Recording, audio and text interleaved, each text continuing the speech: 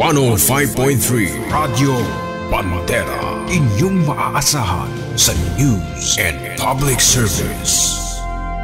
Ito ang bagong radyo ng sambayanang Pilipino. Radyo Bandera. Tahanan ng mga balitang totoo, musikang bago at may serbisyo publikong taos sa puso. 105.3 Radyo Bandera. Iwawagayway ang bandera ng balayang pamamahayag. Oras Pilipinas, ganap na pong alas 8:40 ng umaga.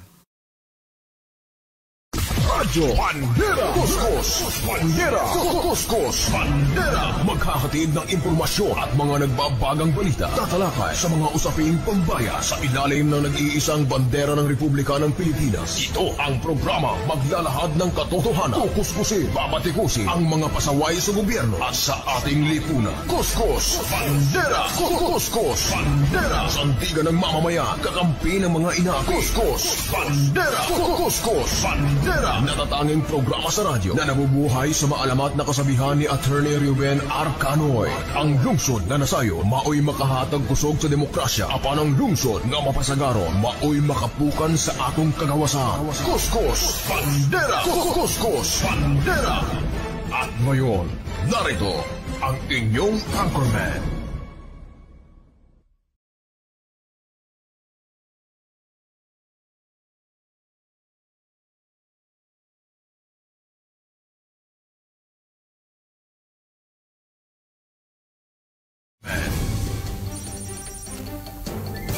Magandang umaga Pilipinas! Magandang umaga Cotabato City at Bangsamoro Autonomous Region in Muslim Mindanao. Ngayon po ay araw na po tayo ng Monday, araw na po ng Lunes.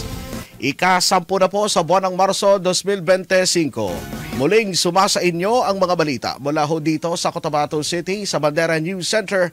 At ako po ang inyong tagapagbalita, Jasper Acosta. Hindi na po tayo magpapaligoy-ligoy pa dahil nasa linya na po ang Cabinet Secretary, ang tagapagsalita ng Bangsamoro Government, Asnin Pendatun, dahil ito po yung mainit-init na mga usapin.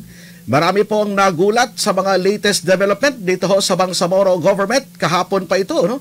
Talagang non-stop ang social media dito po sa pagbibigay ng mga latest update hinggil po sa mga changes, mga pagbabago dito po sa leadership sa Bangsamoro Government. At sa pagkakataong ito, magkakaroon po tayo ng confirmatory statement mula mismo sa Bangsamoro Government sa pamamagitan ni Cabinet Secretary Astin Pendatun. Kabsec, magandang umaga ho sa inyo. Jasper Acosta, good morning. Good morning, Jasper, at sa lahat ng ating mga tagapakinig at taga-subaybay sa bandera. Isang maganda at mapayapang umaga po sa ating lahat. Assalamualaikum. Opo, Kabsec, maraming salamat po sa pagpapaunlak, sa pagbibigay po ng pagkakataon na makapanayam po kayo sa umagang ito dahil marami po sa mga kababayan natin dito ho sa Bangsamoro Region ay naghihintay po ng inyong confirmatory statement, ng inyong konfirmasyon hinggil po sa mga pangyayari. Ano po ang general statement po, Kabsec? Go ahead. The Bangsamoro government po officially confirms yung appointment ng ating pong incoming Interim Chief Minister, Honorable Abdul Rauf Makakua, at kapalit noong pong ating outgoing Interim Chief Minister, Honorable Ahod Al-Haj Murad Ibrahim. So, we officially confirm na meron na ho tayo natanggap na official document towards this end. Opo. So, paano ho nag-came up ng ganitong decision, Kabsec, ang ating presidente? At marami ho nabigla at ito ba ay matagal na bang pinag-usapan ito, Kabsec? There had been several consultations, meetings, at saka mga backdoor discussions na rin patungkol po dito in various levels. But at the end of the day, yung pong appointment ng ating pong Chief Minister and members of the Parliament for that matter rest within the powers of the President, Ferdinand Bongbong Marcos Jr. So, kailan po mag-a-assume si Chief Minister Sammy Gambar bilang Interim Chief Minister po officially? So, ang meron po tayo ay yung pong appointment. Ang kasunod po niyan is yung oath of office at yung actual na day ng assumption niya to the office for his two responsibilities. So, wala pa po tayong exact date. Yan po yung isa sa mga dapat po nating antabayanan. At, but from the information that we got, this will be done soon. So hintayin lang ko natin yung exact dates, no, kung kailan ho ito officially ay mangyayari. Maging yung kanyang oath-taking, wala pa hong fixed na schedule kung kailan po, Sir Cabsec? Wala pa ho, but in the coming days magkakaroon ho tayo ng fixed date patungkol dyan, at we will make the formal announcement for the guidance and information po ng ating po publiko. Opo. So sino po ang saan po mapupunta si Chairman Kagi Murad after po na siya ay mapapalitan ni Sir Sammy Gambar? He is still a member of the parliament. No? Ang natanggal lang naman po is yung pong mabigat na role bilang interim chief minister. But this development actually would also allow yung ating pong outgoing chief minister Alhaj Murad Ibrahim na pangunahan at mag-focus yung preparations for the first parliamentary elections na gaganapin po this October. Him being the chairman of the Moro Islamic Liberation Front and president ng political party of the said organization. So sa part po ni Chief Minister Sammy Gambar, ano po yung kanyang pahayag sa trust and confidence na ibinigay sa kanya ng Pangulo? On our part, we also welcome, no, and we look forward dun sa leadership ng ating pong incoming Chief Minister, Honorable Abdul Rauf Makakwa.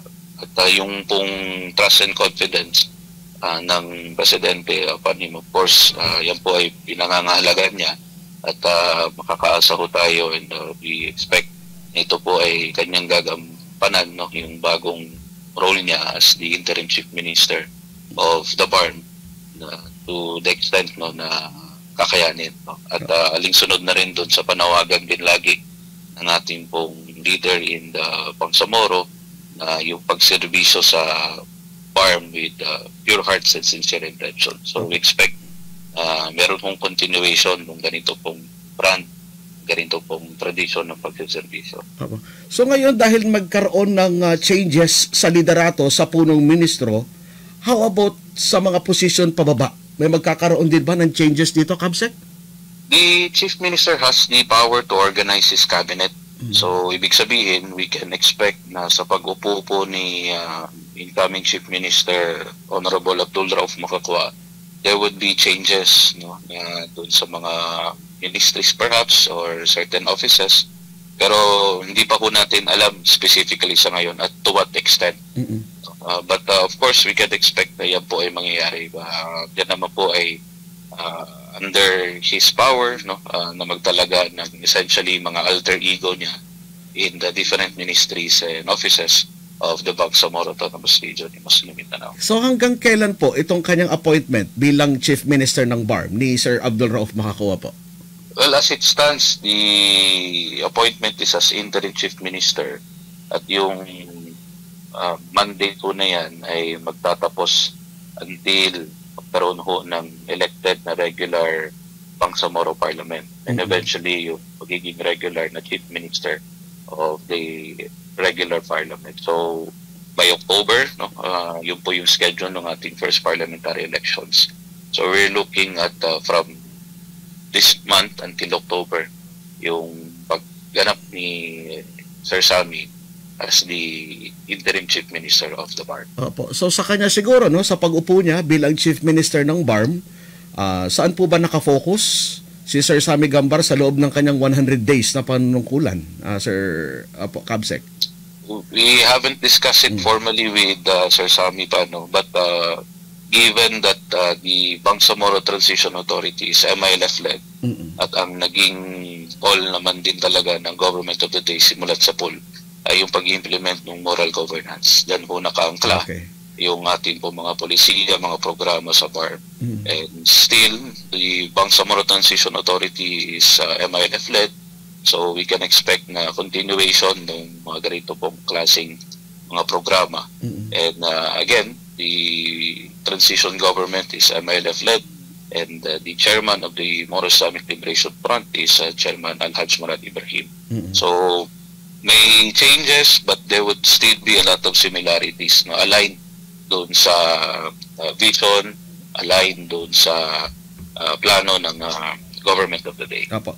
So maliban po kay Sir Sammy Gambar, kay Governor Abdul Rauf Makakuwa, how about sa mga members of the parliament? Dahil may mga nagsisirculate dito ng mga document, Sir Cabsec, na meron pong 5 to 8 na mga bagong itatalagang mga members of the parliament. How true itong mga pangalan na lumalabas ngayon, Cabsec, for confirmatory lang po sa inyo? We cannot confirm nor deny as of the moment dahil wala pa po kaming natatanggap na official receipt ng mga official documents stating those appointments or new appointments. So on our part, we base our pronouncements dun sa mga official communications natin at saka yung official documents. So ngayon wala pa po kasi kami natatanggap na official documents towards it. So hindi pa po namin ma-confirm or ma-deny just for sa ngayon. Oo, kasi hinahanap din namin yung page 2 eh. Dahil page 1 pala. Opo, page 1 lang ata ito nagsisirculate ngayon dito sa mga members of the parliament. Hinahanap pa namin yung page 2. Kaya natanong ko na rin kung nakita mo na rin ba itong mga nagsisirculate dito ng mga dokumento, Sir Cabsec? Hindi ko pa nakikita yung original talaga na document niyan. Kahit yung page 1 niya. But of course, I've seen the pictures. But yun nga, and so far as the Bangsamoro government is concerned, hindi pa ho natin mako-confirm or hindi pa ho natin ma-deny yung mga nakalagay na mga pangalan in the document na nagsisirculate ngayon. Hintayin lang ho natin yung official na documents and official na communication from the Office of the President. Opo. Then isa pa, dahil aakyat na po sa pagiging Chief Minister si Sir Abdul Rauf Makakuwa, sino po ang papalit sa kanya bilang gobernador ng Maguindanao del Norte? Isa din ho yan sa dapat po nating antabayanan kung sino po yung papalit sa kanya bilang governor ng Maguindanao del Norte. So we also expect that in the coming days ay may makukuha na ho tayong mga information at eventually pangalan kung sino ho yung papalit sa kanya. Apo. So with these changes, wala dapat na ikapahala o wala dapat na ikaalarm o kumbaga ikaka-worry yung ating mga kababayan with this latest development, Sir Cabsec? Wala naman dahil ho yung transition into the new leadership, this will be done smoothly. Okay. Rest assured na yung pong services ng Bangsamoro government will not be hampered at yung operations po ng ating mga opisina at iba pa mga programa ay patuloy pa rin ho yan as we move into this new chapter, so to speak, of the Bangsamoro Autonomous Region in Muslim Mindanao. Later on siguro haharap ka rin sa mga media, no?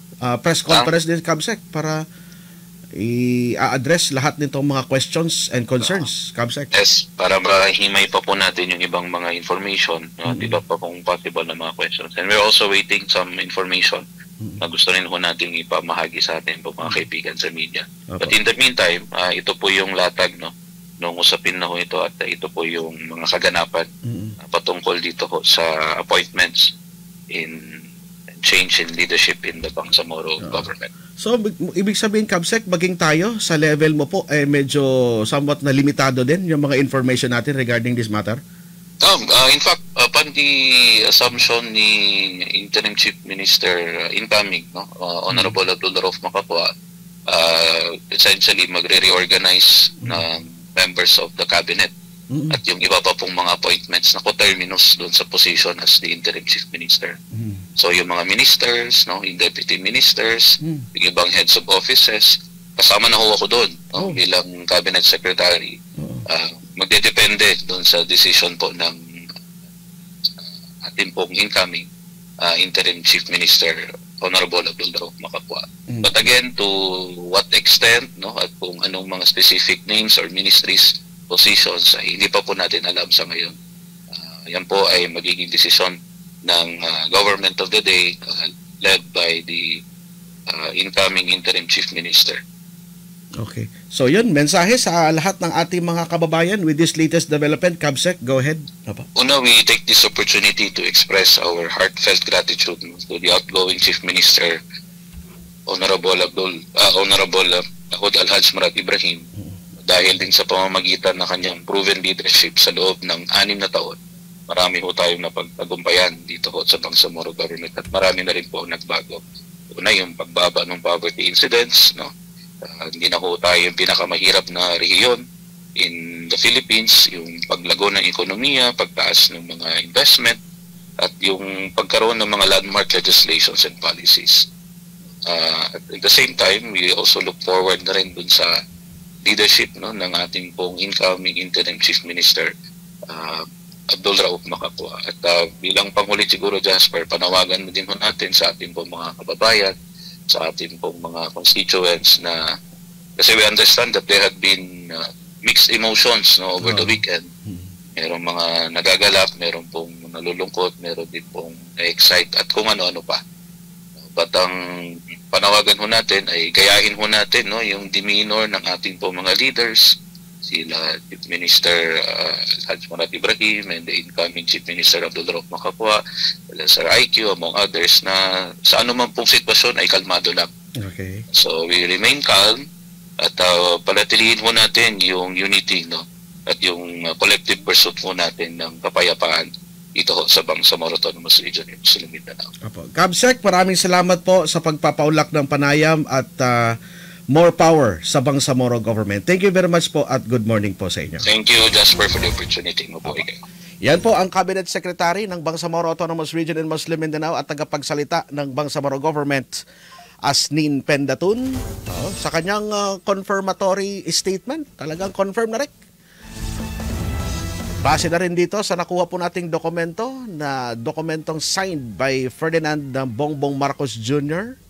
Ang pag-upo po formally na itinalaga na si Abdul Rauf Makakua, Sammy Gambar bilang interim chief minister ng Bangsamoro government, kapalit ni outgoing chief minister Ahod Balawag Ibrahim. Doon sa mga nagtatanong kung sino po ang papalit bilang gobernador ng Maguindanao del Norte, gayong umakyat na bilang punong ministro o chief minister si Abdul Rauf Makakua, ayon po kay Kabsec Asnin Pendatun, maging sila ay inaantay din kung sino ba ang itatalaga ni Pangulong Ferdinand Marcos Jr. bilang kapalit ni Sir Sammy Gambar na gobernador ng Maguindanao del Norte.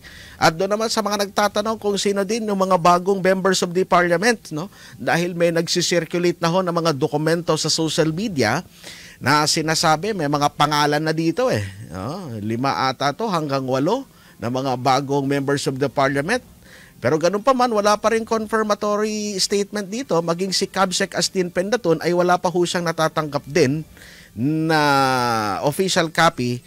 Pero yung kanyang makukumpirma lamang itong kay Sir Sammy Gambar. Pero doon sa level ng mga bagong members of the parliament, wala pa hong kopya natatanggap dito si Cabinet Secretary Asnin Pendatun. Kaya hindi pa ho niya makumpirma itong mga nagsisirculate ngayon ng mga dokumento sa social media na may nagsasabi na ito na yung mga members of the parliament na mga bagong itinalaga ni Pangulong Ferdinand Marcos Jr. Pero ganoon pa man, ang malinaw ho dito may mga changes na mangyayari.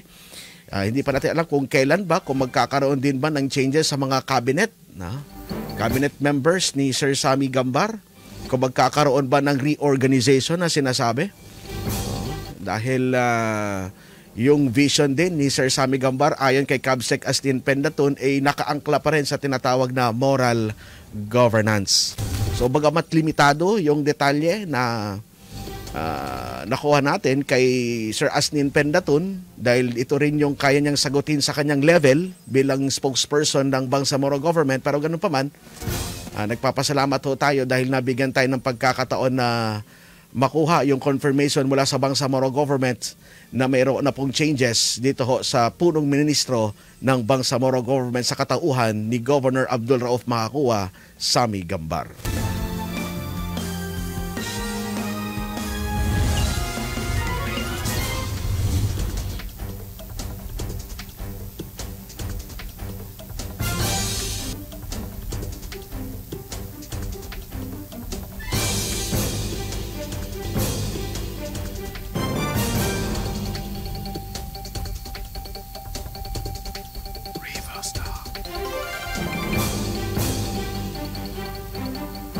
Ganap na pong 8:59 ng umaga, dumako naman po tayo sa iba pang mga balita.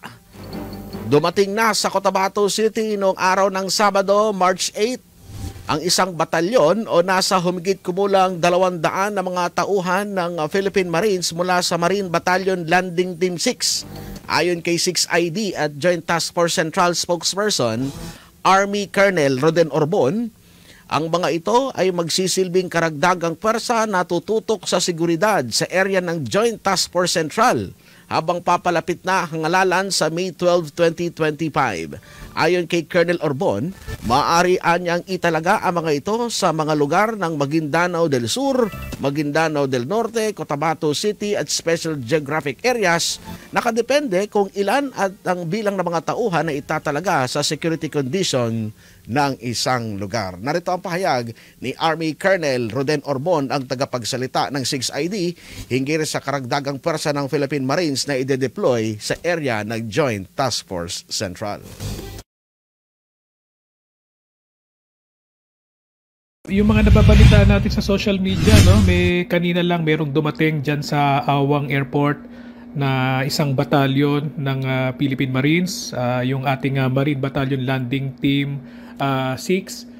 More or less 200 yung sundalo na sakay dyan at itong grupo na ito, itong isang batalyon na to ng Marines ay tutulong sa Joint Task Force Central o sa 6th Infantry Campilan Division sa during election period. Hindi pa natin masabi kung ilan dito yung i-augment natin sa Cotabato City o sa Maguindanao del Sur o Maguindanao del Norte, but definitely merong portion dito na mapupunta sa Cotabato City para i-augment yung ating mga PNP at yung current military forces natin dito sa Cotabato City. Tapos yung iba dyan sa Maguindanao del Sur, Maguindanao del Norte, at siguro maaari din dito sa gawin ng SGA. Basta yung deployment po nito para sa buong Joint Task Force Central sa 6ID. Ito yung magpe-perform ng mga security related operations and missions ng 6ID na may kinalaman sa election period. Ulitin ko, hindi pa natin alam kung ilang figures yung dadalhin sa Cotabato City, sa Maguindanao del Norte, at kung saang lugar pa yan. Pero ang magiging basis naman yan ay yung security assessment. So it will vary, no? Yung dami ng additional forces mula rito sa MBLT6 na idadagdag natin kunwari sa Cotabato City or sa Maguindanao provinces ay magdidepende dun sa current security condition sa area. So from time to time naman ini-evaluate naman natin yan. Ini-evaluate yan ng PNP at ng AFP at may mga joint evaluations din na ginagamit o ginagawa yung ating PNP, particular yung PROBAR at saka yung 6ID o Joint Task Force Central to determine yung security assessment ng area. So yun yung gagawin nating basis kung ilan specifically yung idadagdag natin sa o i-augment natin sa Cotabato City, Maguindanao del Norte, and other areas. Oo, yung deployment ng mga ito, nitong MBLT5, isang batalyon ito, primarily for security para sa ating election period. Yun yung primary mission ng mga ito.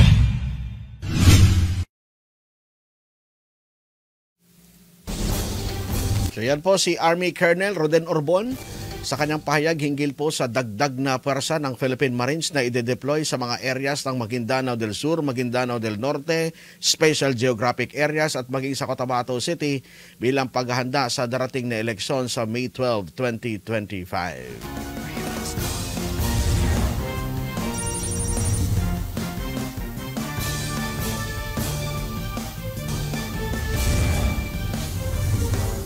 Samantala, mga residente sa Barangay Bagong at Barangay Malingaw sa bayan ng Sharif Agwak sa Maguindanao del Sur, muling nagsilikas dahil sa namataang presensya ng armadong grupo sa lugar. Bagay na ikinalulungkot ni Sharif Agwak Mayor Ahmad Mitra Ampatuan. Nagbalabas din po ng pahayag ang alkalde hinggil sa nangyayaring panggugulo di umano ng mga armado sa lugar kung saan nasa humigit kumulang 200 na mga residente ang nagsilikas. Kamakailan lamang, nag-issue na rin ng statement ang alkalde na pwede na silang bumalik. Pero kagabi, muli na namang namataan yung mga armado sa lugar na nagresulta sa paglikas ng mga residente. Narito si Sharif Agwak Mayor Ahmad Mitra Ampatuan.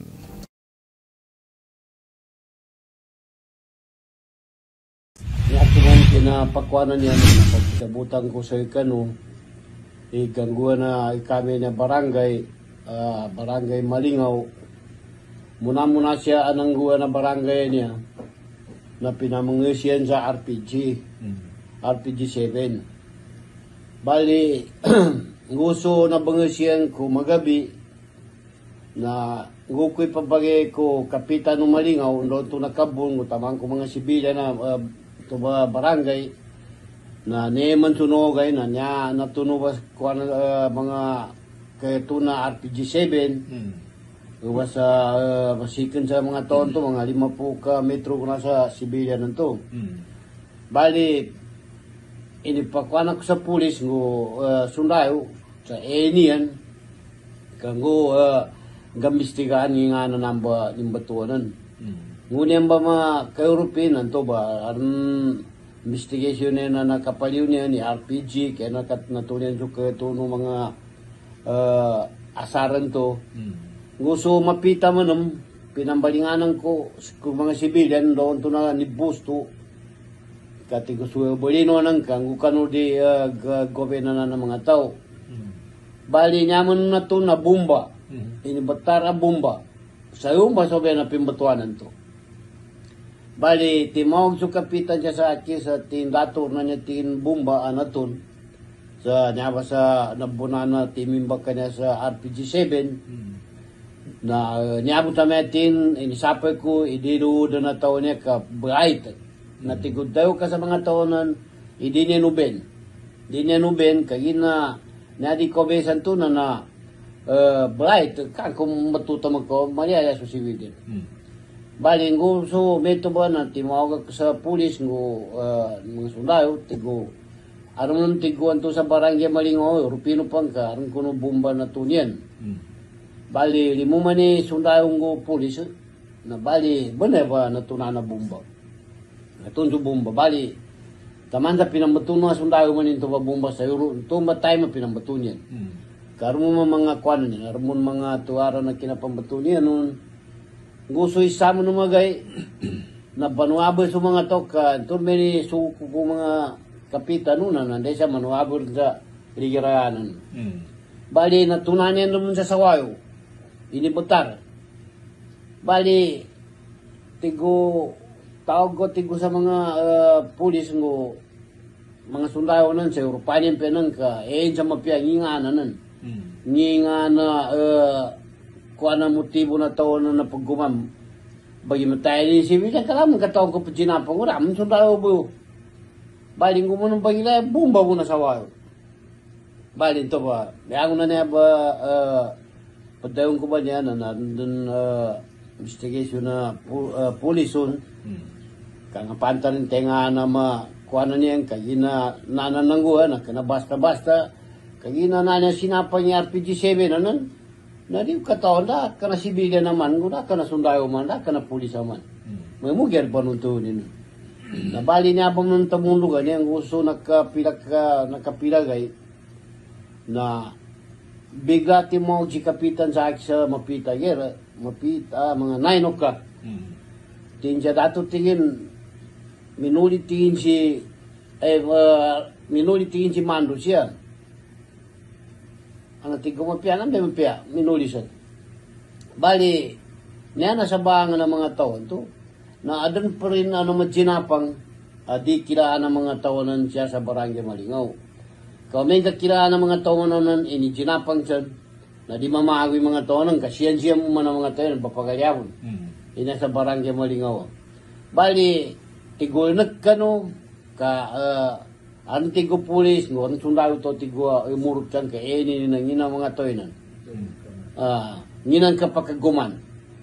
Bali, magagas mga tao, nakapahagoy siyan ka mga tingin dati bukid. Na di na pamunting kila. Natigo, kumana to tigo sa pulis. Imbitiato tigo pulis, gusto dayo, sa panunan na ninangguhan niya. Bali, hindi kuha na banto na limuro pi sundalo, kabanginin si Mando, banto na sa Fernando. Di kulik yung katawan nakatawa na ngayon na si Nando ba? Na bali, ipambitianin sa Kagay na danyan po ang si Biren, 33rd. Kanya ka na sundayon to, na bangin ni Sheriff Agwak Mayor Dato Ahmad Mitra Ampatuan kaugnay po dito sa status kalagayan ng mga sibilyan 200 no ng mga residente 200 pamilya yung nagsilikas dyan sa barangay Malingaw sa bayan ng Sheriff Agwak dahil po sa namataan na presensya ng armadong grupo at naway na manumbalik na yung sitwasyon dyan sa lugar sa mapayapang paraan. Nang sa ganun ay hindi na po maapektuhan yung mga residente lalo na ngayong panahon ng Ramadan. Samantala, pinangunahan naman ni Lanao del Sur Governor Alonto Bombit Adyong at ng 64th Infantry Battalion ng 1st Infantry Tabak Division ang pagsettle o itong isa sa pinakamalaking Rido Settlement o pagkakasundo ng pamilya sa lalawigan ng Maguindanao del Sur. Naganap po yung Rido Settlement kahapon, araw ng Linggo, March 9. Ang Rido Settlement and Reconciliation ay sa pagitan ni na Commander Delta ng Task Force Salam at ilang pamilya mula sa Barangay Kalilangan at Barangay Lalabuan sa bayan ng Balabagan sa Lanao del Sur. Inaasahan na sa pamamagitan nito ay matutulda na ang matagal nang hindi pagkakaunawaan ng nasabing grupo dahil ilang buhay na rin ang nawala dahil sa kanilang hindi pagkakasundo. Ang resettlement ng mga naturang individual ay naging posible dahil sa pagsisikap ni Kapatagan Mayor Raida Maglangit, Vice Mayor Edna Ogca Benito at ilang mga sultan at ustads sa probinsya.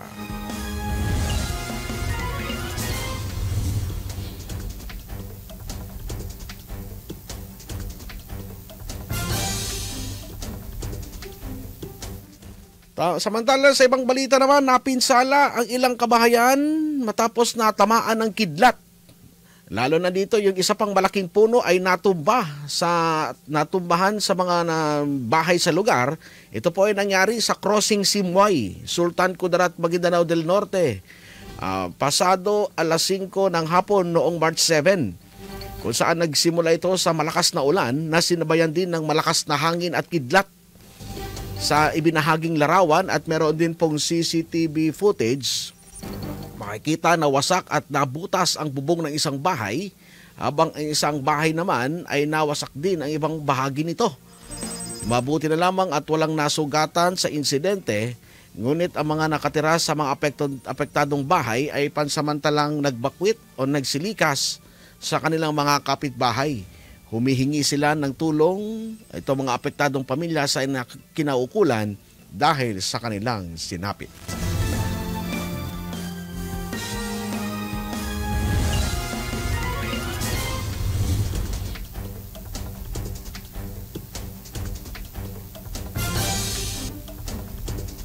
Dito naman sa bayan ng Buluan sa Maguindanao del Sur, nasunog ang ilang bahagi ng Buluan District Hospital. Naganap po yan kagabi, araw ng Linggo, March 9. Base sa report, agad na napigilan ang pagkalat ng apoy matapos pong rumisponde ang mga bumbero. Posible umano na problema sa kuryente. Problema sa kuryente na naman ang sanhi ng sunog, ngunit patuloy pa rin iniimbestigahan ng Bureau of Fire Protection upang matukoy kung ano ba talaga yung pinagmula ng apoy. Sa ngayon ay inaalam pa kung merong nasaktan at ang kabuang halaga ng mga napinsalang ari-arian. Ngayong buwan ng Marso, paalaala po sa lahat ng ating mga kababayan ay ginugunita ang Fire Prevention Month. Ito po ay bilang pag-iingat dahil tumataas ang mga insidente ng sunog tuwing buwan ng Marso dahil na rin sa init ng panahon.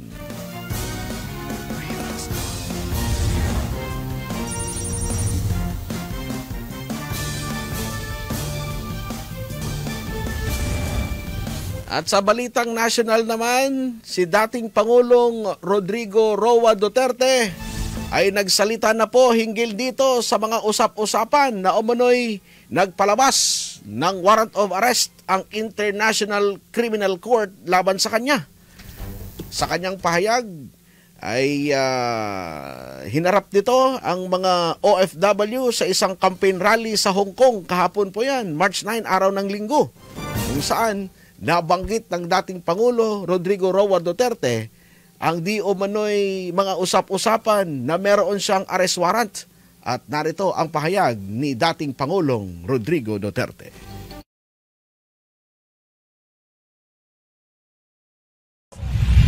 Ang balita ko, may warrant daw ako pag... Hindi, totoo. Yung sa ICC or something. Matagal na akong hinahabol ng mga putang ina.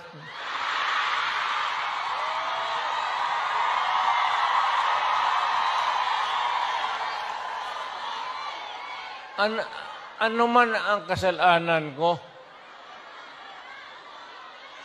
na ginawa ko man ang lahat sa panahon ko para may konting katahimikan at mapayapa ang buhay ng Pilipino. Ang problema nito, ewan ko kung ang tingin ng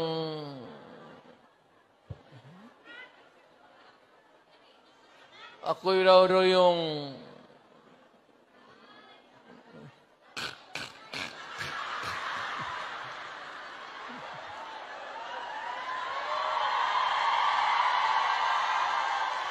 o ganito na lang.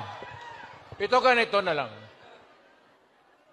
O sabi ko, assuming na totoo, totoo talaga yung naririnig ninyo.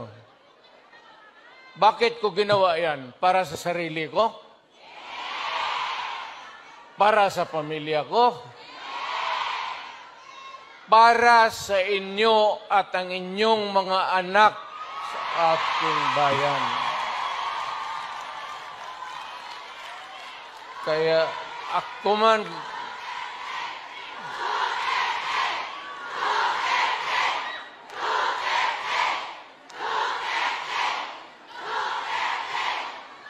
ang higiin ko na lang sa inyo, total, kung ganito man talaga ang swerte ko sa buhay, okay lang, tatanggapin ko yan.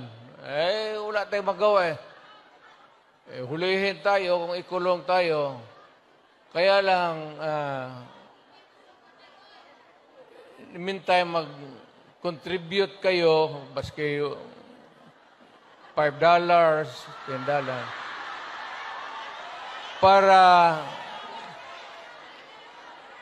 paglabas ko sa presuhan, pagawaan ninyo akong monumento katabi ni Rizal. Si Rizal may hawak na libro eh.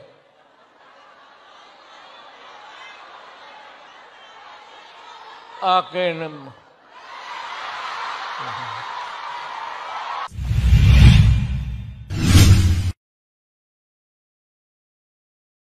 Ang pagharap sa mga OFW sa Hong Kong, kahapon po yan, baka nang lumabas to mga usap-usapan na meron daw siyang arrest warrant na inisyo ng International Criminal Court. So yun, buong tapang itong hinarap ni dating Pangulong Rodrigo Duterte.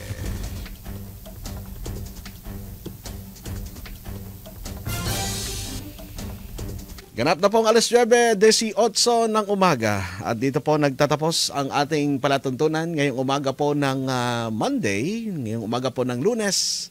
Sa kalan po ng ating mga reporters, cameraman at technical side, Ricky Madamba. Ako po inyong tagapagbalita, Jasper Acosta, na nag-iwan sa inyo ng magandang umaga po sa inyong lahat. Bandera News FM. Basta radyo, ibandera mo. Basta balita, basta musika, basta public service. 105.3 Radio Bandera, Cotabato City. Pilit tinatapatan, ngunit hindi mapantayan. 105.3 Basta radyo, ibandera mo.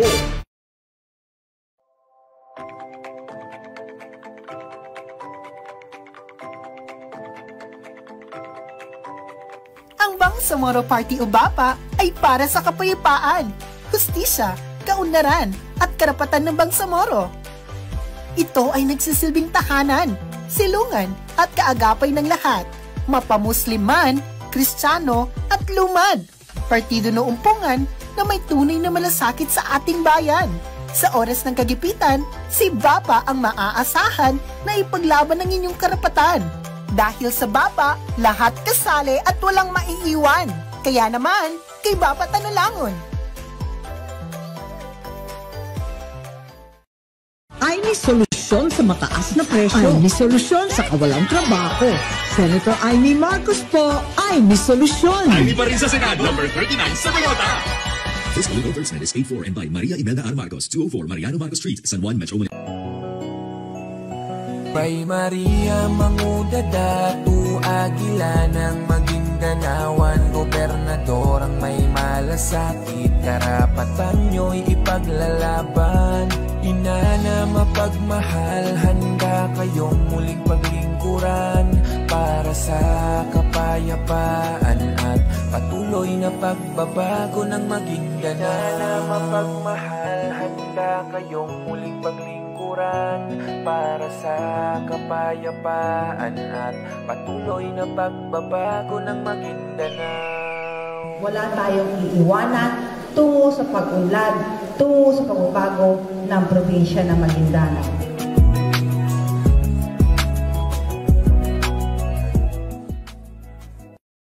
Patuloy ang pagsulong ng Agri para sa seguridad sa pagkain, proteksyon sa lokal na ani at pag-angat ng bawat Pilipinong nagtatrabaho para sa ating hapagkainan. Number 88 sa Balota. Ang ating pangarap ay abot kamay na, bagong pag-asa'y narito na. Edukasyon para sa kabataan, kapayapaan ang laging isusulong ni Gov. Teng Manguda Datu, mula bundok hanggang dalampasigan, mga proyekto'y para sa bayan. Mga kabarangay natin, alam niyo ba na karamihan sa ating barangay ay kulang na kulang sa pondo kada taon? Sa dami ng pangangailangan ng ating barangay, hindi ito sapat. Ang barangay natin ay may dalang solusyon. Dagdagan natin ang pondo ng mga barangay. Magbigay ng tamang sahod at benepisyo. Bigyan ng sapat na seguridad ang bawat isa. Isulong natin ang mga programa para sa ating mga kabarangay. Sa barangay natin, may dignidad ang bawat isa. Barangay natin party list, dito ang simula.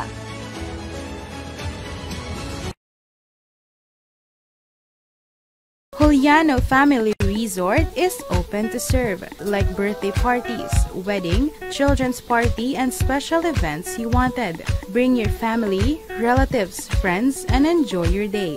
Juliano Family Resort is located at 3rd Street, Don Isero Juliano Compound, Cotabato City.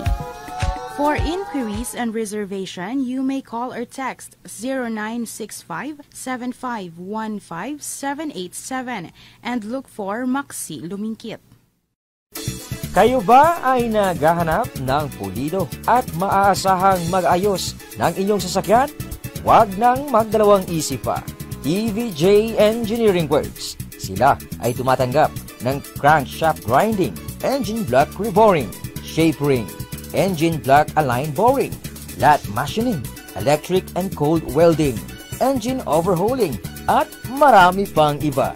TVJ Engineering Works. Sila ay matatagpuan sa Don Isero Street, Juliano Compound, Cotabato City.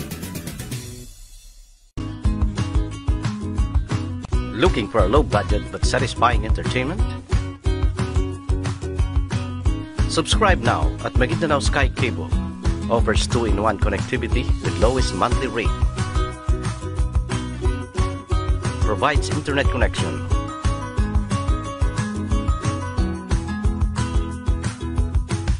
With unlimited surfing